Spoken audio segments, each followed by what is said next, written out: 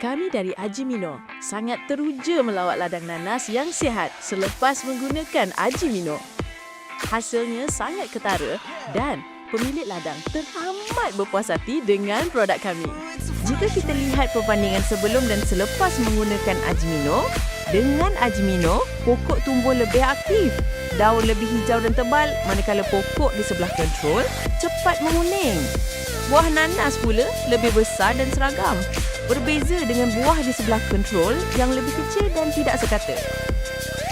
Dengan Ajimino, hasil nanas lebih besar, lebih manis, pertumbuhan lebih cepat dan kos pembajaan dapat dijimatkan. Ajimino terbukti berkesan untuk meningkatkan hasil ladang nanas secara keseluruhan.